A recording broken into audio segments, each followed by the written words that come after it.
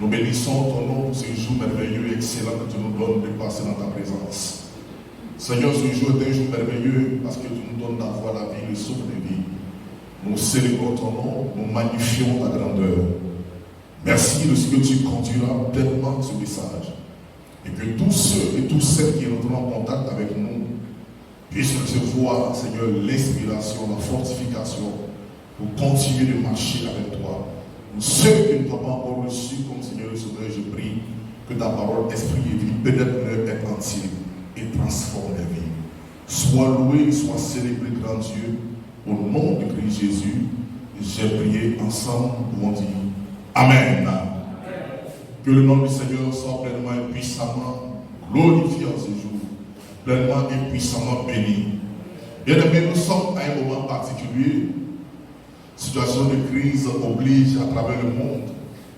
Nous voyons l'Église même qui n'arrive plus à se réunir. Le nombre a été réduit considérablement, puisqu'on n'oublie pas plus de 50 personnes dans certains pays et dans d'autres pas plus de 10 personnes. Et nous voyons que tous les cultes en ce moment se tiennent en ligne. Et les pasteurs qui prêchent sont chez eux à la maison, se retrouvent seuls avec leur famille à partager la bonne nouvelle du royaume. C'est là que nous voyons l'importance de la communion fraternelle.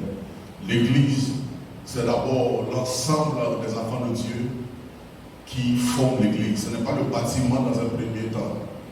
Voici que nous n'arrivons pas à nous réunir dans le bâtiment, mais nous pouvons nous retrouver à la maison chez nous, seuls en train de prier, ou sur les réseaux sociaux, pour prêcher l'évangile à nos membres qui sont connectés. Vous voyez, il y a certains qui ne sont pas connectés, qui ne peuvent pas suivre les cultes. Certains sont connectés, ils peuvent suivre les cultes. Ce que nous devons retenir, c'est que le culte commence d'abord par notre vie.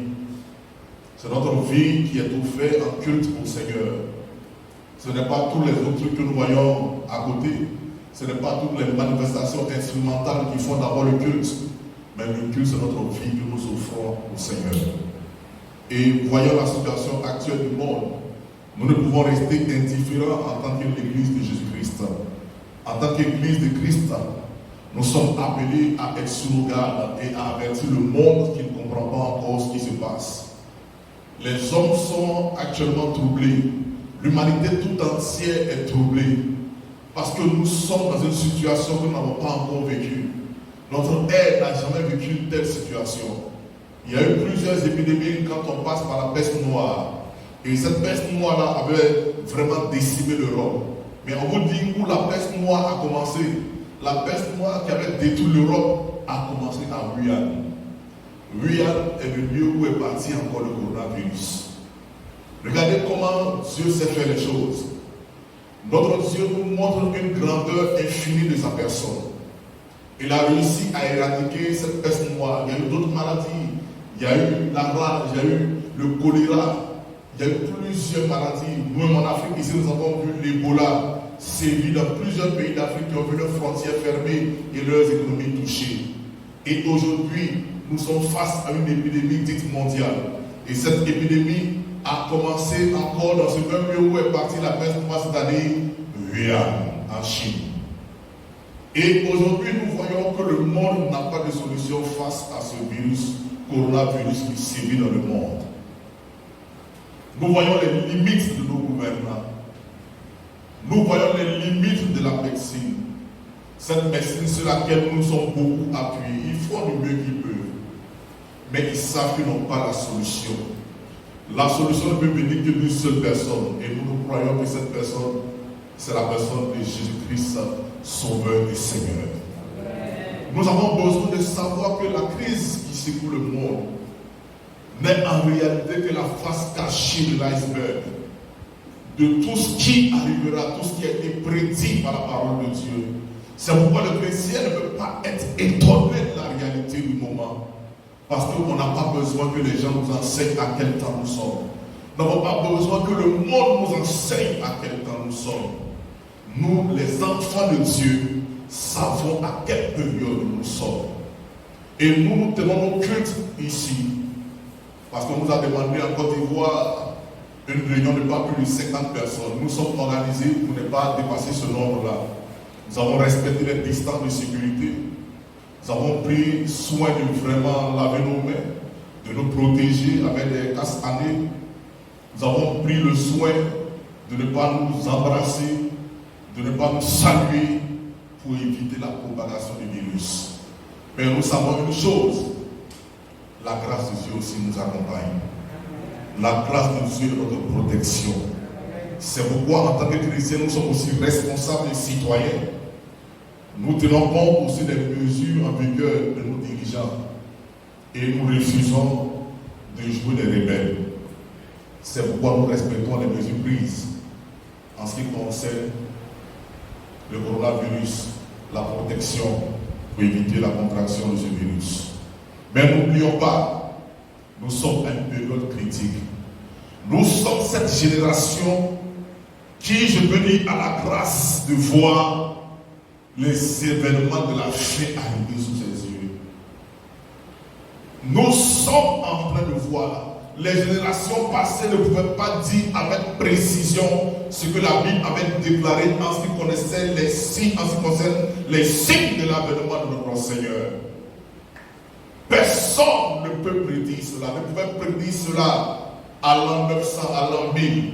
Même si lorsque Paul prêchait l'évangile, que l'Église était en proie au tourment, l'Église était en proie à la persécution, et l'Église pensait qu'elle était arrivée au temps de la grande tribulation. Oh, Paul a dit, ce n'est pas encore le moment. Nous ne sommes pas encore à l'avènement du Seigneur. Il faut d'abord qu'on ait vu paraître l'homme de la perdition, l'ennemi de Dieu. Il s'élève même au-dessus de tout ce qu'on appelle Dieu. Il va profaner le temple de Dieu. Il faudrait qu'on ait vu paraître l'homme de péché, l'homme dont la puissance va se manifester à travers le monde. L'apparition de cet ennemi se fera par la puissance de Satan, avec toutes sortes de séductions, de fausses prophéties, de puissances mensongères. Et ils arriveront à séduire le monde. Mais pour les élus de Dieu, ils n'arriveront jamais à les séduire. Nous sommes à une période critique. Nous sommes à une période où chaque enfant de Dieu, chaque être humain doit rentrer au-dedans de lui pour savoir qu'il y a un temps qui arrive. Et ce temps, c'est le temps de la fin. C'est le temps de la fin. Ce message est un message d'avertissement. Un message pour toi qui m'entends, qui me vois, qui m'écoute. Le thème, c'est le gouvernement mondial prépare ses attaques. Christ est très proche. Christ est très proche. Lorsqu'on parle de la mondialisation, en réalité, les gens ne comprennent pas ce que c'est que la mondialisation. Mais la mondialisation a une cache qui est cachée. Elle a une face cachée. Parce qu'elle ne montre pas aux gens ce qu'elle prépare dans le secret. La mondialisation, c'est tout un système. La mondialisation, c'est toute une pensée, une philosophie. La mondialisation, c'est toute une façon d'être. La mondialisation, c'est tout un événement caché. Vous savez, Dieu n'a jamais voulu que l'homme reste simplement dans un contexte unique, de sorte à empêcher la propagation d'une révélation de Dieu. Dieu a voulu que les gens remplissent la terre. Il a voulu que les gens multiplient. Il a voulu que les hommes fassent de la terre une terre totalement habitée. Il n'a pas voulu que les gens restent en train de se retrouver dans un seul lieu, avec une seule pensée. Non, Dieu a créé le monde pour que les hommes puissent s'étendre partout à travers le monde, faire de la terre toute une terre totalement habitée. Mais nous avons vu que l'homme a défié Dieu. Par la tour de Babel, lorsque les hommes ont décidé de rester ensemble et former un bloc, alors que Dieu a dit multipliez-vous, remplissez la terre, assujettissez-la, dominez sur la terre. Il a dit toutes ces choses à l'homme. Il a dit à l'homme ce qu'il doit faire. Mais les hommes ont montré que eux, ils voulaient être une puissance. Ils se sont retrouvés dans un lieu et ils ont construit tout qu'on appelle la tour de Babel. La tour de Babel est la tour de la confusion. Il a fallu que Dieu vienne frapper et que cette tour tombe et que par là, Dieu sépare l'humanité. Que le continent naisse. C'est à partir de ce moment que les langues des hommes vont être confondues. Le langage des hommes. Plusieurs langues vont faire leur apparition. De sorte que ceux qui parlaient la même langue se sont retrouvés tous pour former des nations. Mais qu'est-ce que ce événement cache en réalité? Nous sommes en train de voir cette même tour de Babel se reconstruire dans notre période actuelle. Nous sommes en train de voir la mondialisation. La mondialisation, c'est quoi? C'est un seul peuple, plus de frontières, une seule monnaie, une seule religion. C'est ça la mondialisation. La mondialisation, c'est que nous soyons tous en global. Nous fassions tous de façon unique, en sorte que les principes moraux que cette mondialisation nous dictera ira en contradiction avec la parole du grand Dieu Tout-Puissant. Qu'est-ce qui arrive dans le monde actuel? Qu'est-ce qui se produit dans ce monde actuel? Les gens sont troublés face à ce qu'ils vivent, face à un seul virus. Qu'on dit virus, coronavirus, Covid-19. Peut-être qu'il y a déjà eu coronavirus, Covid-18, je ne sais pas. Peut-être qu'il y aura le Covid-20, je ne sais pas aussi. Mais ce qui est sûr, ce virus qui sévit est du coronavirus Covid-19. Qu'est-ce que ce virus est en train de faire à travers le monde? Ce virus est en train de décimer les familles, décimer les nations. Quelle sera la réaction de l'enfant de Dieu? Quelle doit être la relation actuellement, la réaction de cet enfant de Dieu que tu es, toi qui me suis? Toi qui dis être chrétien, toi qui dis être enfant de Dieu, toi qui dis être athée, tu ne crois en aucun Dieu. Quelle est ta réaction face à ce que le monde traverse? Nous savons une chose. Nous n'avons pas peur de ce qui arrive. Nous ne tremblons pas face à ce qui arrive. Cela ne signifie pas que nous sommes inconscients. Cela ne signifie pas que nous ne sommes pas avertis. Cela ne signifie pas que nous ne prenons pas les mesures d'hygiène adéquates pour éviter la contraction du virus. Cela signifie que nous avons placé notre foi en quelqu'un. Et cette personne nous donne sa paix. Cette paix surpasse toute paix qui vient dans le monde. Il dit, je vous donne ma paix, non pas comme la monde vous la donne, mais comme moi, Dieu, je vous la donne. Notre Dieu nous donne sa paix qui surpasse toute intelligence. C'est lui qui garde nos cœurs et nos pensées en Christ Jésus, comme le dit Philippiens 4. Nous n'avons pas besoin d'être troublés face à ce qui arrive dans le monde. Nous devons savoir que tout ce qui arrive en ce moment a été déjà prédit par la Bible. Vous devez savoir que nos jours sont comptés. Nos jours sont comptés. Nous sommes plus proches de la fin que du début. Nous nous rapprochons inexorablement vers la fin des temps. Personne ne pourra régner cela. Personne ne peut régner cela. Parce que nous voyons les signes devant nous. Qu'est-ce que le Seigneur nous dit en Jean 14, verset 1 à 6? Jésus nous dit que votre cœur ne se trouble point. Croyez en Dieu et croyez en moi. Il y a plusieurs demeures dans la maison de mon Père.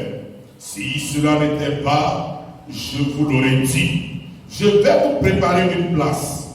Et lorsque je m'en serai allé, que je vous aurai préparé une place, je reviendrai et je vous prendrai avec moi, afin que là où je suis, vous y soyez aussi. Vous savez où je vais et vous en savez le chemin.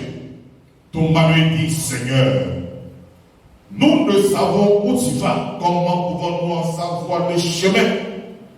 Jésus lui dit, je suis le chemin. Je suis la vérité et la vie. Nul ne vient au Père que par moi. Nul ne vient au Père que par moi.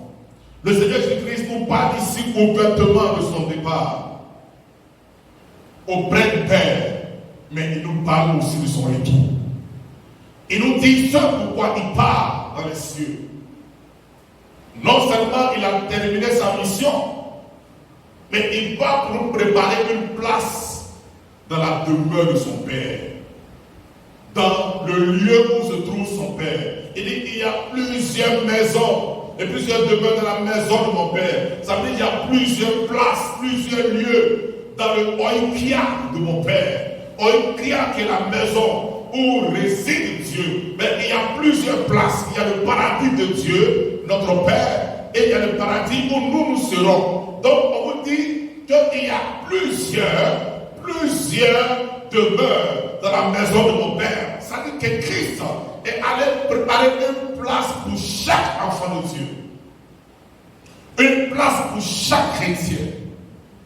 Une place pour chaque témoin. Il dit, je vais vous préparer une place. Et quand j'aurai terminé de vous préparer cette place, je reviendrai. Vous savez, les disciples, les apôtres là, n'avaient aucune espèce d'idée de ce que c'était l'enlèvement. Ils ne savaient pas ces choses. Mais ils savaient que Jésus a dit, je viendrai vous prendre avec moi. Je viendrai vous prendre avec eux. Là où je suis, vous y soyez aussi. Là où je vais résider là, vous allez résider avec moi. Là où je pars là, vous serez là-bas avec moi. Parce que votre patrie à vous, en réalité, elle est dans les cieux. Votre patrie à vous n'est pas terrestre. Vous êtes en pèlerinage. Le mot pèlerinage ici veut dire que vous êtes en séjour, selon le grec. Mais quand je vais séjourner dans un hôtel là, je ne réside pas dans l'hôtel tout le temps. C'est un séjour, c'est un temps. C'est pour une durée déterminée. Donc ici, nous sommes en pèlerinage sur la terre. Nous sommes de passage sur la terre. C'est pourquoi notre patrie à nous, elle est dans les cieux. La Bible dit que vous êtes dans ce monde, mais vous n'êtes pas de ce monde. C'est pourquoi Christ viendra nous prendre avec lui. Il viendra pour chercher son église. Cette église glorieuse, cette église victorieuse, cette église fréquente et attachée à la vérité. Cette église martyre qui va subir la persécution sans relâcher, sans abandonner le roi de gloire. C'est cette église-là que Christ notre Seigneur viendra chercher. Pas cette église faible, pas cette église par rapport à la dimension. Dieu ne viendra pas par Jésus-Christ chercher les bâtiments. Il ne viendra pas chercher les dominations. Il ne viendra pas chercher des grands pasteurs. Il viendra chercher ceux qui ont gardé la parole de l'évangile, ceux qui ont gardé le témoignage de Christ. Christ viendra prendre avec lui ces enfants qui ont marché fidèlement avec lui. Il viendra prendre ceux-là même qui, à cause de son nom, ont subi la persécution des gouvernements, la persécution du monde, la persécution du diable. Ils ne baisseront pas les bras. C'est cela que le Seigneur viendra chercher. Il ne vient pas prendre n'importe qui. Il vient pour son église. Pour ceux qui ont gardé le témoignage de la vérité. Plusieurs demeures dans la maison de mon Père. Plusieurs demeures. Parce que c'est là-bas que nous serons. Je vais vous préparer une place. Chacun de vous a une place dans le ciel. Chacun de vous a une place dans le ciel. Chacun de vous a une place dans le ciel. Votre patrie à vous, elle est dans les cieux. Il dit, je reviendrai et je vous prendrai avec moi. Avec là où je suis, vous y soyez aussi. Là où je suis, vous y soyez aussi. Le Seigneur a dit qu'il viendra nous prendre. Ça vous parle lorsque nous prenons 1 Thessaloniciens. Nous allons voir comment cela se fera-t-il. 1 Thessaloniciens 4, du verset 13 à 18. Nous allons voir ce que notre roi glorieux accomplira. Je lis la parole de Dieu. Nous ne voulons pas, frères, que vous soyez dans l'ignorance au sujet de ceux qui dorment, des personnes mortes. afin que ne vous affligez pas comme les autres qui n'ont point d'espérance. Car si nous croyons que Jésus est mort et qu'il est ressuscité, croyons aussi que Dieu ramènera à Jésus et avec lui ceux qui sont morts. Voici en effet ce que nous nous déclarons d'après la parole du Seigneur. Nous, les vivants restés, pour l'avènement du Seigneur, nous ne dévoilerons pas ceux qui sont morts. Car le Seigneur lui-même a un signal donné. À la voix d'un archange au son de la trompette de Dieu, descendra du ciel et les morts en Christ ressusciteront premièrement. Ensuite, nous les vivants qui serons restés, nous serons tous ensemble enlevés avec eux sur les nuits à la rencontre du Seigneur dans les airs. Ainsi, nous serons toujours avec le Seigneur. Consolez-vous donc les uns les autres par ces paroles. Nous pouvons aussi prendre 1 Corinthiens, le chapitre 15, verset 47, qui complète ce que nous venons de lire ici, qui complète le 1 Thessaloniciens 4, 13, parce que ces deux sont fortement liés. Donc si vous voulez comprendre 1 Thessaloniciens 4, 13 à 18, vous devez forcément arriver à 1 Corinthiens 15, à partir du verset 47. Là, vous pourrez comprendre tout ce qui se passe. La Bible nous dit,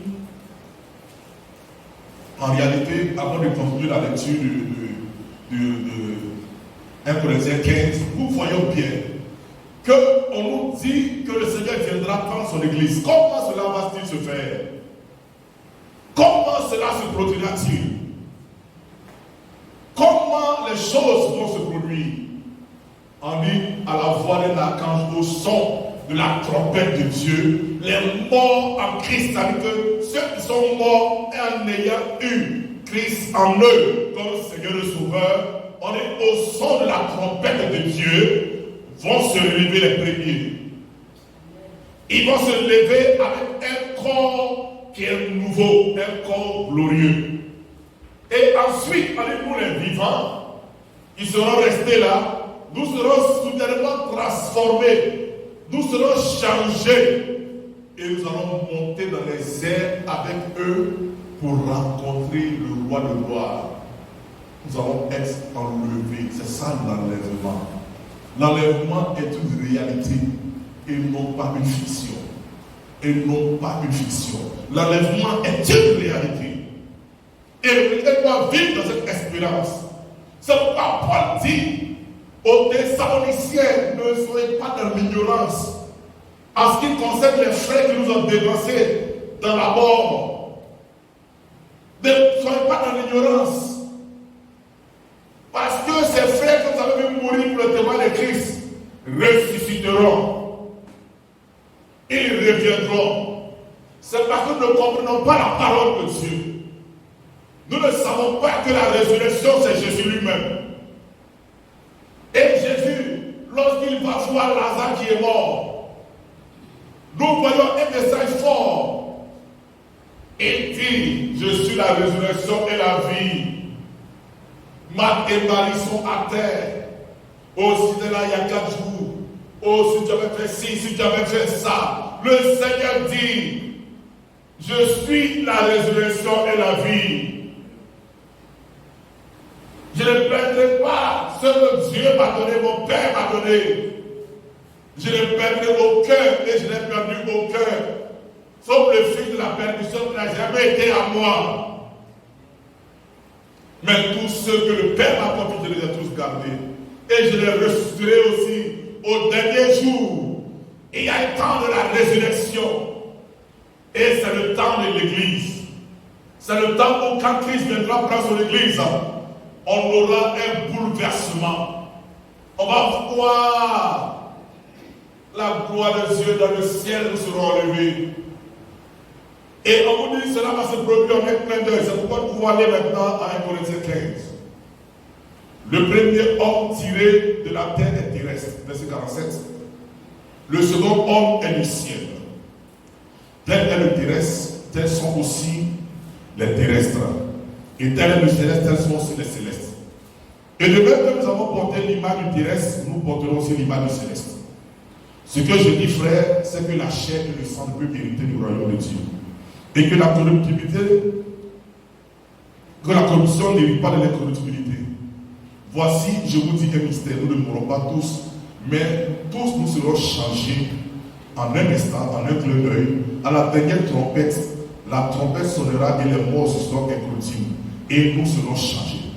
Car il faut que ce corps corruptible revête l'incorruptibilité et que le corps mortel revête l'immortalité. Lorsque le corps corruptible aura revêtu l'incorruptibilité et que le corps mortel aura revêtu l'immortalité, alors s'accomplira la parole qui est écrite. La mort a été engloutie dans la victoire. Ô mort, où est ton aiguillon? Mort, où est ton aiguillon? L'aiguillon de la mort, c'est le péché. Et la puissance du péché, c'est la loi. Mais grâce soit rendue à Dieu qui nous donne la victoire par notre Seigneur Jésus-Christ. Ainsi, mes frères bien-aimés, soyez fermes et inébranlables, travaillant de mieux en mieux à l'œuvre du Seigneur, sachant que votre travail ne sera pas vain dans le Seigneur. On nous dit, la transformation va se faire en un clin d'œil. Le clin d'œil, il est rapide. Le clin d'œil, dès que tu fais ça, c'est le changement.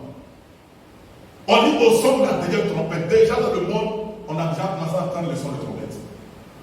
Mais on nous précise au son de la dernière trompette. C'est quand la dernière trompette va sonner, ça sera l'enlèvement. Le monde ne va rien voir dedans. Mais nous, les chrétiens, nous serons enlevés. Automatiquement.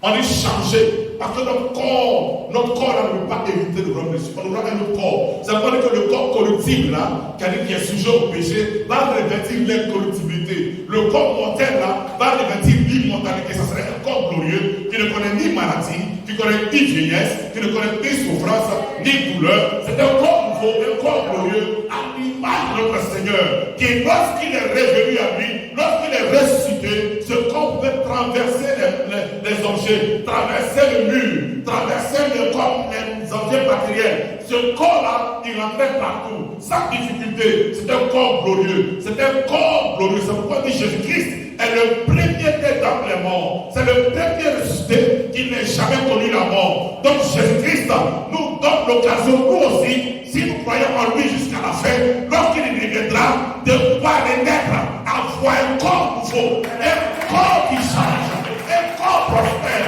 un corps qui est fort, un corps qui domine. Le Seigneur nous appelle à cela. Il nous appelle à cette résurrection. On dit de même que nous avons porté le corps du céleste, du terrestre. Le terrestre c'était Adam, la chair. Nous avons revêtu le terrestre. Mais maintenant, il nous faut revêtir le céleste. Et le céleste là, c'est Christ. C'est à l'enlèvement que tu vas voir cela. C'est un autre corps.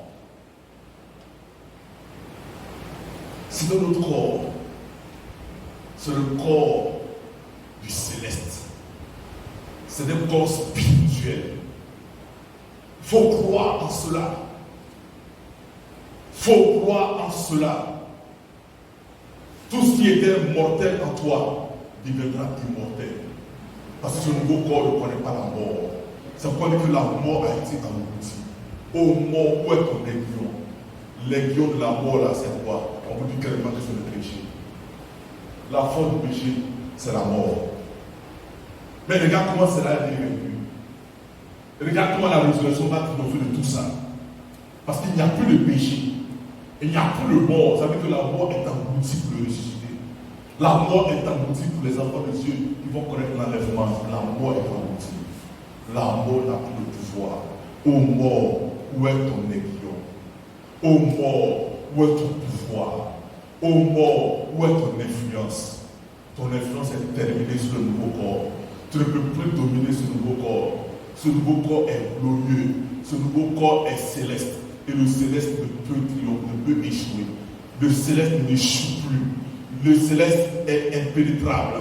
Le céleste ne commettra plus de péché. Il est incapable de pécher. C'est un corps glorieux, un corps victorieux. Nous allons arriver à cela. Nous allons arriver à cela. C'est ce à quoi Dieu nous appelle. Nous avons porté l'image du terrestre. Nous devons aussi porter l'image de celui qui appartient au ciel. Nous devons porter le céleste, le spirituel céleste. C'est ce à quoi nous sommes appelés. La Bible nous dit avant que ces choses n'arrivent, Le Seigneur l'a dit en Jean 16, 33. Vous aurez des tribulations dans le monde, mais prenez courage. J'ai déjà vaincu le monde. Le monde va se lever contre vous. Le monde qui ne connaît pas Dieu va se lever contre vous. Il va vous accuser. Il va essayer de vous détruire. Mais le Seigneur dit, prenez courage. J'ai déjà vaincu le monde. Parce que la persécution pour l'Église sera son paroxysme à la grande tribulation. Là, nous ne voyons simplement que des graines. Nous ne voyons simplement que des bourgeons. Mais la vraie tribulation sera à partir de la grande tribulation lorsque l'Église sera enlevée. Le monde entier connaîtra cette grande tribulation. Il dit, vous aurez des tribulations dans le monde. Mais prenez courage, ça veut dire, appuyez-vous sur moi. Soyez forts. Parce que la tribulation, la persécution, lorsqu'elle vient, elle ébranle tout un système. Elle ébranle une façon de penser. Que les chrétiens ne soient pas dupes. Que les enfants de Dieu ne soient pas effrayés. Qu'ils ne demeurent pas dans les ténèbres. Sachez-le très bien. Une persécution arrive. Elle arrive parce que nous sommes à la fin des temps. Mais elle ne sera qu'une persécution qui annonce une plus grande persécution. Parce que les persécutions que venons dans le monde, les chrétiens ont la puissance pour pouvoir supporter tout cela. Les chrétiens sont là, c'est pourquoi nous avons un type de paix encore. Il dit, prenez courage. Il dit, vous aurez des tribulations. Il a dit avant de partir à ses disciples, il les prévenait, vous aurez des tribulations à cause de mon nom, à cause du témoignage. Regardez, il y a des pays, il y a des lieux où on ne veut même plus qu'on parle de Jésus-Christ. Quand on dit Dieu, on dit simplement Dieu. Mais Dieu, c'est vague. Dieu, de quel Dieu il s'agit? On ne veut plus que vous parlez de Jésus-Christ à la télévision. Il y a des écoles où on interdit aux gens de parler de Jésus. Vous savez, quand vous causez avec le monde, il veut que vous enlevez Jésus dedans.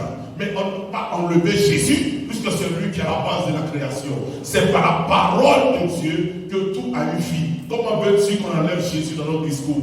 Un chrétien qui enlève Jésus-Christ de son discours, il a perdu la foi. Tu ne peux pas dire au nom de Jéhovah, le miracle va se produire. Tu ne peux pas dire au nom de El Shaddai, le miracle va se produire. C'est au nom de Jésus que le miracle se produit. C'est le nom qui a été donné parmi les hommes par lesquels nous devons être sauvés. C'est le seul nom, c'est le nom de Jésus. C'est pourquoi le don est puissant. Il dérange les puissances étrangères. Il dérange le diable. C'est pourquoi il faut omettre le nom de ces milieux qu'on dit milieux intellectuels ou des milieux civilisés. Parce qu'ils savent ce qui se passe avec le nom de Jésus. Amen. Ils savent quand vous prononcez le nom de Jésus ce qui arrive. Ne soyez pas étonnés que les lieux ne veulent plus entendre parler du nom de Jésus. Le Seigneur y viendra. Mais à l'enlèvement, quel est le signe de l'avènement du Seigneur? Allons-y en Matthieu 24. Matthieu chapitre 24, et versets 1 à 10. Nous verrons ce qui se passe. Nous verrons ce qui arrivera. Nous verrons qu'est-ce que le Seigneur a prévu. Nous allons voir les signes précurseurs. La Bible dit, au verset 1, comme Jésus s'en allait au centre du temple, ses disciples s'approchaient de lui. Dans quel but? Pour lui faire remarquer les grandes constructions qu'il y avait. Vous dites, regarde comment ici est beau, regarde les immeubles, regarde les belles constructions, les belles maisons. Jésus va le dire. Voyez-vous tout cela? Je vous le dis en vérité. Il ne restera pas ici pierre sur pierre qui ne soit renversé. Il s'assit sur la montagne des Oliviers et les disciples vinrent en particulier lui faire cette question. Dis-nous, quand cela arrivera-t-il? Et quel sera le signe de ton avènement et de la fin du monde? Le signe de son avènement et de la fin du monde. Jésus leur répondit, prenez garde. Prenez garde que personne ne vous distrait, que personne ne vous séduise. Prenez garde. Prenez garde. Car plusieurs viendront sous mon nom, disant seulement que je suis le Christ, et se donneront beaucoup de gens. Vous entendez parler de guerre depuis des guerres. Gardez-vous d'être troublés quand il faut que ces choses arrivent, mais cela ne sera pas encore l'affaire. Une nation s'élèvera contre une nation, un royaume contre un royaume, et il y aura dans divers lieux des famines et des tremblements de terre. Tout cela ne sera que les douleurs de l'enfantement. Mais quand on lit, j'aime bien la parole vivante. Elle dit en effet, on verra se dresser race contre race. N'est-ce pas? État contre État. Il y aura tantôt des épidémies. Tantôt là, des épidémies, des famines et des tremblements de terre. Et elle c'est précis ici. Quand vous prenez les textes originaux, il y a épidémie dedans. On vous dit qu'il y aura des épidémies, mais cette période ici, en réalité, là, vous savez, quand les disciples ont demandé au Seigneur, le Seigneur leur a parlé immédiatement de la période où on allait se tourner la grande tribulation. Donc, il parle ici de la première étape, de 4 à 14, ça parle de la première étape de la grande tribulation. La grande tribulation est une période qui va durer en réalité 7 ans. Lorsque l'Église sera enlevée, lorsque ces accords seront tissés par Israël et puis d'autres États de l'Est, vous allez voir qu'à partir de ce moment net, le compte à rebours a commencé, on commence à compter. On commence à compter. Les 42 mois vont rentrer en action. Voir 300 ennemis, de soi-disant paix, un semblant de paix, mais 300 ennemis pour le diable se révèle sur sa vraie face. 300 ennemis, ça va durer 7 ans. Et pendant ces 7 ans, ça sera terrible. Il y aura des temps violents. Mais avant d'arriver à ces 7 ans-là, on vous dit que la période de l'enlèvement, il y aura des signes précurseurs. Les signes précurseurs, là, il y a des épidémies dedans. Mais à la période où on parle là, ça sera amplifié. Tout ce que vous voyez, c'est les craintes de ce qui arrivera. Mais regardez, ils sont en test actuellement. Je veux dire que l'armée mondiale prépare ses attaques. L'armée mondiale est à l'œuvre. Le monde tel que nous le connaissons est en train de disparaître sous nos yeux. Nos États sont impuissants. Le seul que nous ont trouvé, c'est confiner les gens. Et maintenant qu'on confine les gens, on envoie l'armée pour surveiller dans quel état nous sommes rentrés, dans quel monde nous sommes rentrés. C'est là qu'on va annoncer quelque chose de nouveau. On voit que les gens n'ont pas la solution. On dit qu'ils n'ont pas le remède à tel virus ou quoi. Mais nous ne voyons pas le virus comme une manifestation simple. Nous voyons comme les attaques précurseurs déjà de l'ennemi. L'ennemi est en train d'envoyer la peur, la psychose, pour voir comment les chrétiens réagissent, pour voir comment le monde réagit. Le monde est ébranlé, nos gouvernants sont ébranlés, ils n'ont pas de solution, ils ne savent que faire. C'est pourquoi on est prié pour qu'ils aient la sagesse de pouvoir gérer les crises. Ils sont dépassés par les événements eux-mêmes. On vous dit qu'à travers cela, on vous dit qu'il y a des épidémies, il y aura des famines. Attention, une épidémie empêche les gens de sortir. Une épidémie empêche les gens d'aller travailler. Un État, tout un État d'aller travailler, mon frère. Est-ce que tu ne penses pas que c'est par là qu'il va passer la famine? Réfléchis. Si tout le monde n'arrive pas à travailler, tout le monde est confiné, le laboratoire est confiné, tous les fabricants sont confinés, tout le monde est confiné, l'économie tout entière est à terre. La famine va commencer dans des lieux. Vous allez voir la famine dans plusieurs lieux. C'est pourquoi les gens doivent investir dans l'agriculture.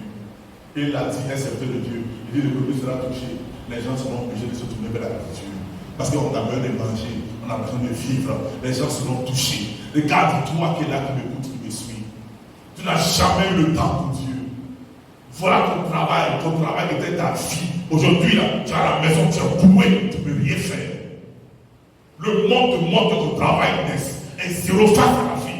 La vie est plus importante que le travail. La Bible a dit en Matthieu 6, la vie et le corps sont plus importants que le vêtement, que le marché, que le bois. C'est plus important que ça. Le monde est en train de démontrer, oh mon frère, face à une situation critique, on n'a pas besoin de toi. Rentre chez toi. Mon travail, ma vie, non. Le Seigneur, ma vie. Le Seigneur, ma vie. Tu peux au milieu de ton travail, voilà les gens qui sont tombés pendant cette crise, pendant cette période-là. Des Italiens sont tombés, il y a plus de 600 morts. En une seule journée.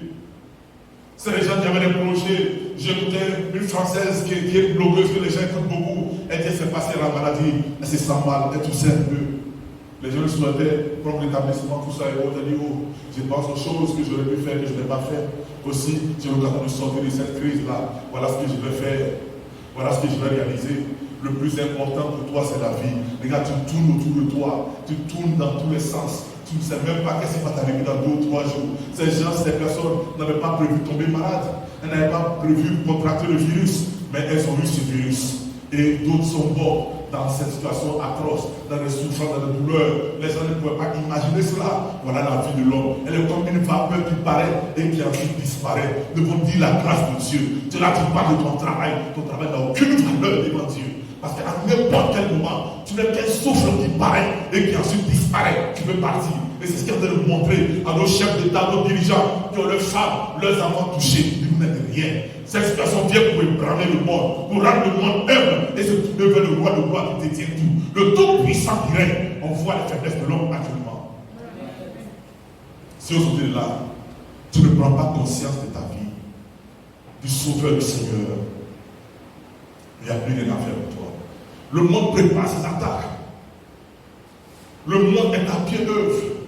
Parce qu'il faut que tous ces pouvoirs se réunissent et donnent le pouvoir à une seule personne, qui est l'Antichrist. C'est ce qui est en train de se préparer sur nos yeux. Ce n'est pas encore la fin. Mais on dit que c'est comme les douleurs de l'enfantement suprême d'une femme. On dit que ce n'est pas une douleur qui se va accoucher en même temps. Il y a plusieurs douleurs, il y a plusieurs contractions. On dit que ce sont les premières douleurs. Les premières douleurs sont déjà passées. Il y a eu beaucoup de crises. Les guerres et plus de guerres. Les nations sont déjà élevées comme les nations et continuent de le faire. Il y a des guerres secrètes, des guerres bactériologiques, des guerres chimiques, des guerres militaires, des guerres économiques. Toutes sortes de guerres existent déjà et les nations sont confrontées à un affrontement réel. Elles sont dedans. Vous ne voyez pas ce qui se passe, mais le leadership est convoité par plusieurs nations. Celle qui a la tête elle est en train de voir les autres vouloir la détourner. Donc elle fait tout pour maintenir sa tête. Attends, celui qui est deuxième veut être premier, celui qui est troisième veut être deuxième, celui qui est quatrième veut être troisième. Ces nations sont en train de rivaliser. Et elles sont en train de rivaliser de sorte à posséder, à détruire. Regardez, les gens fabriquent les armes pour détruire le frère. À quoi est-ce que vous attendez? La vie, la vraie vie, se trouve en Christ Jésus, mon frère. Voici le monde ébranlé. Une seule épidémie, le diable envoie cela. Et puis regarde comment les gens se comportent. Les nations sont ébranlées. Fermer les frontières, fermer tant à temps, fermer ceci, cela. Il a envoyé c'est un test qu'il donne au monde entier. C'est un test qu'il donne au monde entier. Qu'est-ce que nous allons faire? Qu'est-ce que l'Église doit faire dans cette situation? L'Église doit fléchir chez nous. Nous avons notre âme qui est la prière. Nous devons utiliser nos genoux dans la prière. Nous devons utiliser nos foi pour que ces choses s'arrêtent. Parce que tant que nous allons demeurer, nous allons toujours vaincre les épidémies. Nous allons vaincre les épidémies. Vous allez avoir les épidémies, des famines dans les lieux, des tremblements de terre. Ces choses sont déjà là et elles vont s'intensifier. Et vers la fin, ça veut dire que tous les continents, même l'Afrique connaîtra les tremblements de terre. Tous les continents vont connaître les tremblements de terre. Aucun ne sera épargné. Aucun ne sera épargné. Aucun ne sera épargné. Regardez, le diable est à l'œuvre. Il a lancé ses armes. La jeunesse est détruite par la drogue. La jeunesse est détruite par la facilité. Où les gens sont obligés de signer des accords avec le diable pour pouvoir posséder des biens. Regardez le monde entier sous la puissance du diable. La puissance de malheur, le prince de la puissance de l'air, qui est en train de séduire les nations. Il est en train de boucler les nations. L'ange de la mort est descendu. L'ange de la mort a commencé son action. Parce que le diable a très peu de temps. Lui, il a commencé. Là, le mystère de l'unité agit déjà dans le monde. Tous les partis de l'Antéchrist sont là. Les gens s'opposent ouvertement à Dieu. Les gens combattent l'Église. Les gens combattent la vérité de Dieu. Les gens réunissent Dieu à travers les doctrines, à travers les sciences. Et que Dieu n'a pas créé le monde. Il réunit Dieu. Regardez, le Seigneur a une colère. La colère de Dieu va s'abattre sur ces hommes. La colère de Dieu va descendre dans le monde. Mais nous ne serons pas là pour voir cela. Parce que la Bible dit que nous n'avons pas été appelés à la colère. Mais nous avons été appelés au royaume, à la bénédiction, à la prospérité de Dieu. Nous avons été appelés au paradis de Dieu. Nous avons été appelés à la sanctification de Dieu. Parce que nous sommes le peuple de Dieu que Dieu met à part. Dieu nous a préparé de grandes choses. Mais il veut que nous ne soyons pas ignorants du monde qui nous entoure. Comme le dit 1 Thessaloniciens, le chapitre 7. Verset 1 à 2. À quel temps sommes-nous, frères? À quelle période sommes-nous, frères? Il est possible un temps, des temps et des moments où vous n'avez pas besoin, frère, qu'on vous en écrive. Car vous savez bien vous-même que le jour du Seigneur viendra comme un voleur de la nuit. À quel moment ça va se passer? Quand les hommes diront paix et sûreté. Alors une église soudaine les surprendra comme les douleurs de l'enfantement surprennent la femme enceinte. Et ils n'échapperont point. Mais pour vous, frères, vous n'êtes pas dans les ténèbres que ce jour surprenne comme un voleur. Vous êtes tous les enfants de la lumière et les enfants du jour. Nous ne sommes point de la nuit ni des ténèbres. Ne dormons point comme les autres, mais veillons et soyons sobres. Car ceux qui dorment dorment la nuit et ceux qui se livrent la nuit. Mais nous qui sommes du jour, soyons sobres et revêtus, et ayant revêtu la cuirasse de la foi et de la charité, et ayant pour casque l'espérance du salut. Car Dieu ne nous a pas destinés à la colère, mais à l'acquisition du salut par notre Seigneur Jésus-Christ, qui est mort pour nous, afin que soit que nous veillions, soit que nous dormions, nous vivions ensemble avec lui. C'est pourquoi exhortez-vous réciproquement et édifiez-vous les uns les autres, comme en réalité vous le faites. La Bible nous dit quoi? Qu'il y aura un changement, un bouleversement. Mais le signe, là, on n'a pas besoin qu'on nous enseigne ces choses. Quand les gens disent paix, oh quelle sûreté, oh on est bien, avec une nuit soudaine les surprendra. Il y aura des crises, il y aura des épidémies, il y aura des situations difficiles dans ce monde. Le diable est à l'œuvre et son but, c'est d'attraper un maximum de personnes, conduire un grand nombre de personnes à l'enfer, pervertir toute une jeunesse, faire vivre les gens dans le péché. C'est pourquoi la Bible dit, sachez-le bien.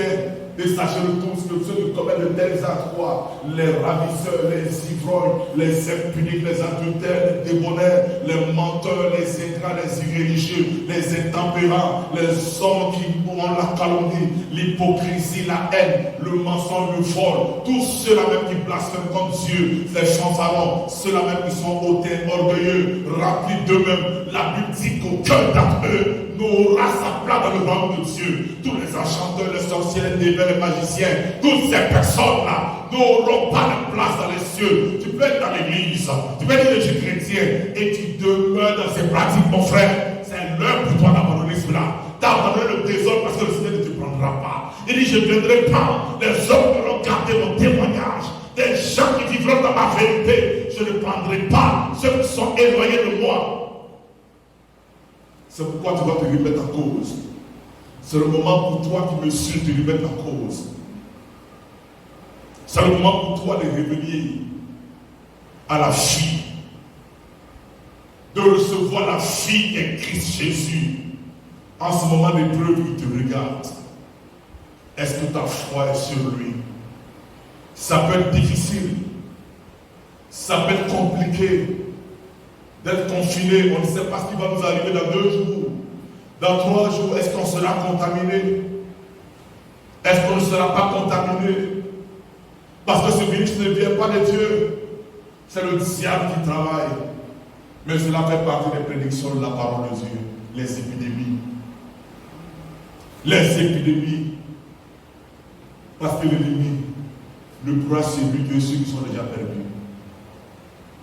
L'ennemi ne pourra atteindre que ceux qui sont déjà perdus. Mais les élus de Dieu ne succomberont jamais. Ils ne vont jamais succomber, ne succomberont jamais. Parce que la main de Dieu est sur eux.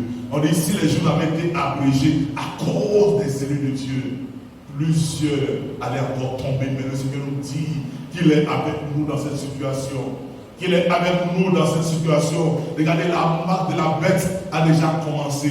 Oui, même si tu n'as pas encore le 666. Sache que cela ne serait tardé pour plusieurs, mais pas pour les enfants de Dieu. Un enfant de Dieu authentique et véritable n'aura pas la marque de la bête sur lui. La marque de la bête, c'est tout un système, c'est toute une façon de penser. Oui, comme la Bible dit en Apocalypse 13, quand je lis à partir du verset 16, qu'est-ce qu'il nous est dit ici?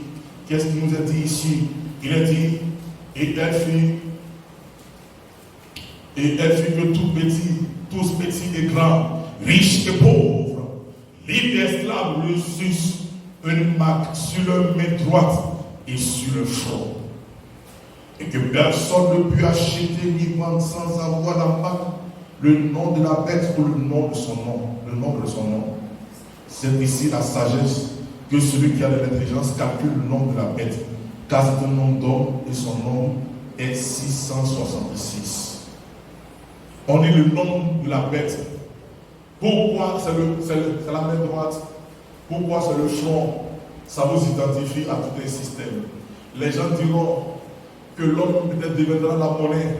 On dit les gens ne pourront ni acheter ni vendre sans avoir quoi? Le nom de la bête. Le nom de la bête, pardon. Personne ne pourra ni acheter ni vendre. Personne ne pourra faire quoi que ce soit. C'est un système qui est mis sur pied. Déjà, on est en train d'ébranler les fondations du monde. On est en train d'ébranler les fondations du monde, mon frère. Le monde est en train d'être ébranlé devant toi.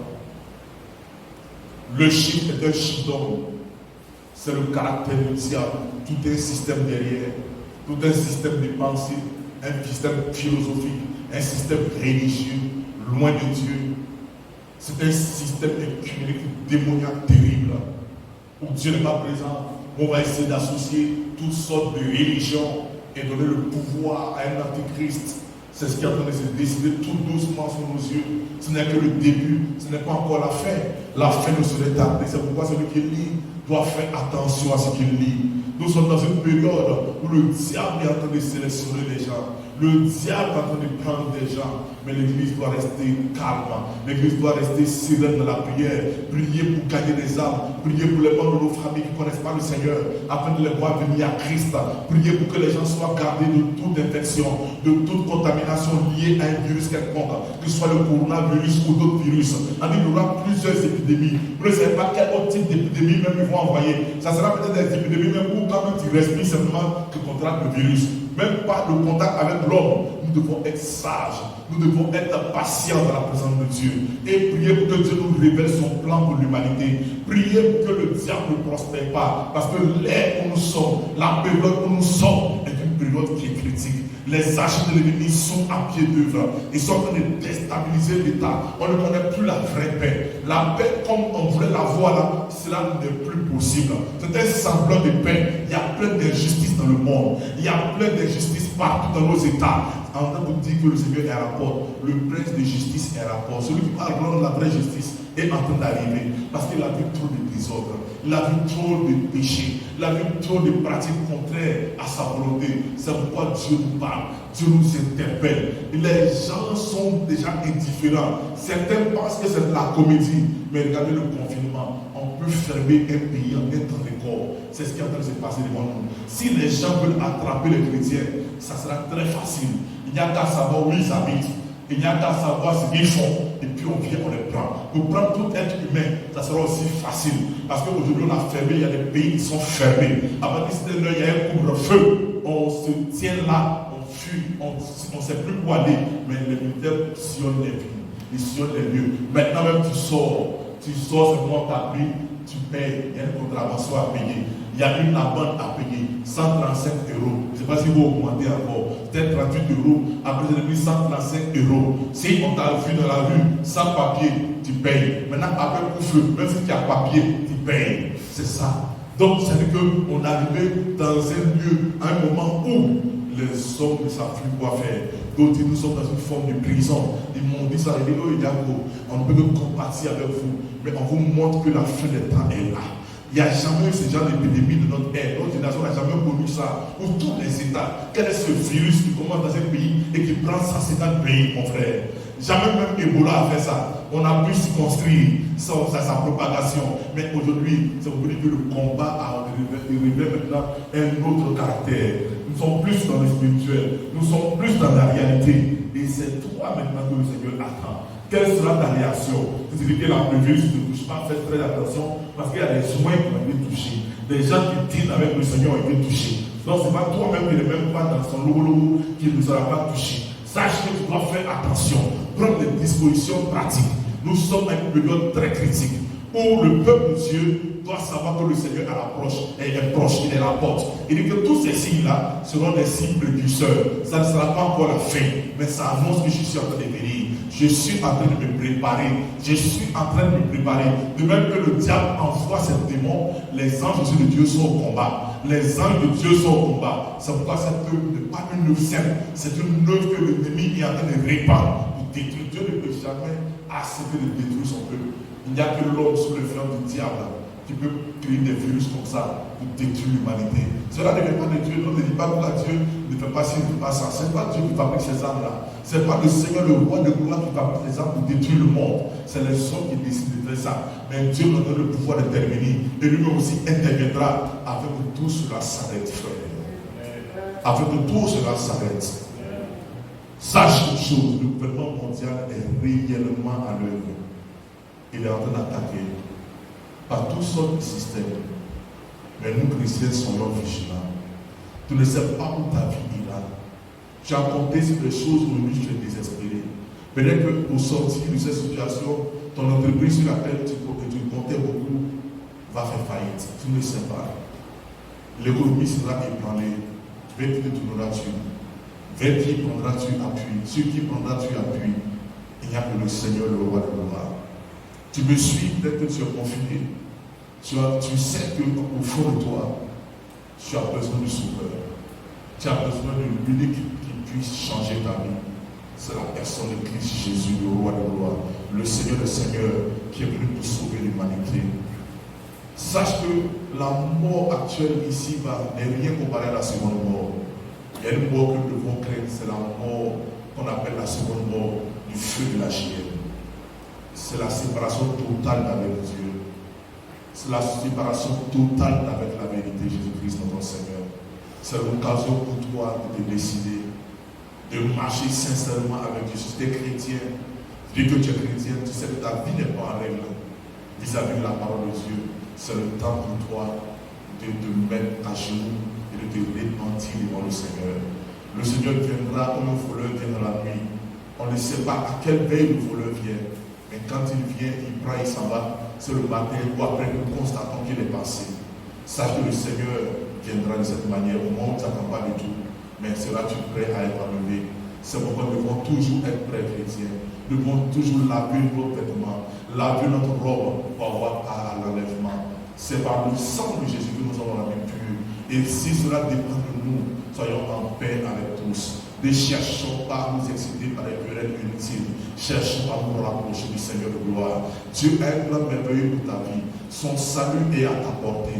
Il suffit simplement de croire. Il suffit d'accepter Jésus-Christ et dire Seigneur, je m'en remets entre tes mains. Mon frère, il n'est pas bon que tu quittes ce monde sans avoir reçu la vie. Car sache que même si tu quittes avec le coronavirus, tu n'en es rien comparé à ce qui t'attend après le coronavirus. Il y a quelque chose de plus dangereux que le coronavirus, mon frère, ma soeur. Je ne veux pas que vous alliez dans ce lieu de perdition qui attend tous les fils de la rébellion, qui attend tous ceux qui refusent de marcher avec Christ. Dieu vous attend tellement, il vous aime tellement qu'il a envoyé son Fils unique afin que qu'on croit en lui ne périsse point, mais qu'il ait la vie de les gens 3:16.